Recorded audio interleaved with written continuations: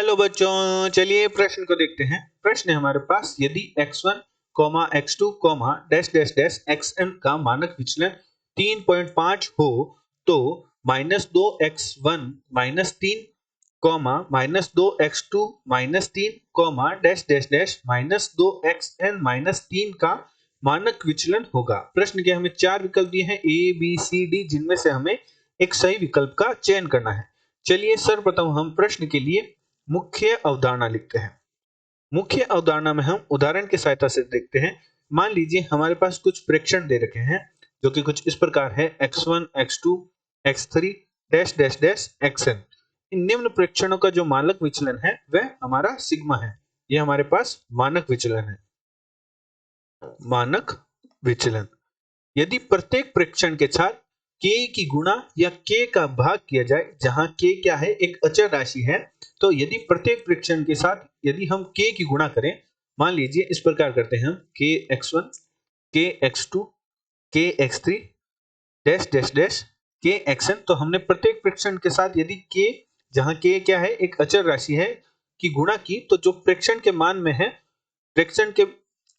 प्रेक्षण में प्रत्येक प्रेक्षण में k की गुणा करने से जो मानक विचलन के मान में परिवर्तन आएगा वह k गुणा ही आएगा। अर्थात हमारे पास निम्न प्रेक्षणों का मान है वह प्राप्त होगा, मानक विचलन का मान प्राप्त होगा k सिग्मा। ये हमारा मानक विचलन होगा।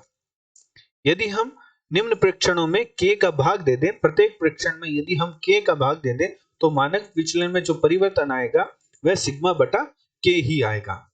यदि हम प्रत्येक प्रेक्षण में कोई एक अचर राशि p जोड़ दें, अर्थात कुछ इस प्रकार जोड़े k x1 प्लस p, प्रत्येक प्रेक्षण में यदि हम कोई अचर राशि p जोड़ दें k x2 प्लस p, इसी प्रकार k x3 plus p, dash dash dash k xn plus p करें, तो हमारे जो मानक विचलन में परिवर्तन कोई नहीं आएगा। हमारा जो मानक विचलन है वह k सिग्मा ही रहेगा। यदि हम p राशि को घटाएं तब भी हमारे पास मानक विचलन में कोई परिवर्तन आएगा।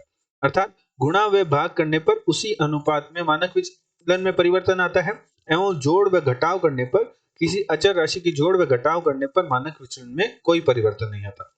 अतः प्रश्नानुसार प्रश्न में हमें x1, x2, x3, dash dash dash xn का जो मानक विचलन है उसका मान हमें दे रखा है 3.5, और हमें कहा है कि -2x1 -3।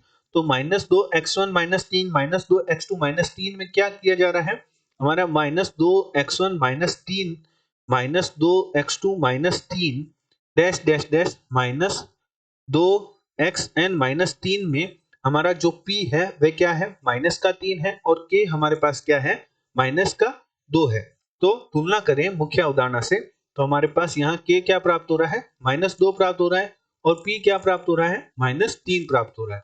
तो नया जो मानक विचलन हमारे पास प्राप्त होगा, वह k गुणा सिग्मा होगा। तो हमारे पास k का मान क्या है, -2 है, और जो x1, x2, x3 का जो मानक विचलन है वो हमारे पास क्या था, 3.5 था। तो गुणा 3.5, तो गुणा करेंगे तो हमारे पास प्राप्त होगा -7। तो हमारे पास जो मानक विचलन में परिवर्तन आया, जो हमारा नया मानक विचलन बना, वह हमारे पास बना -7। तो चलिए प्रश्न के विकल्प देखते हैं।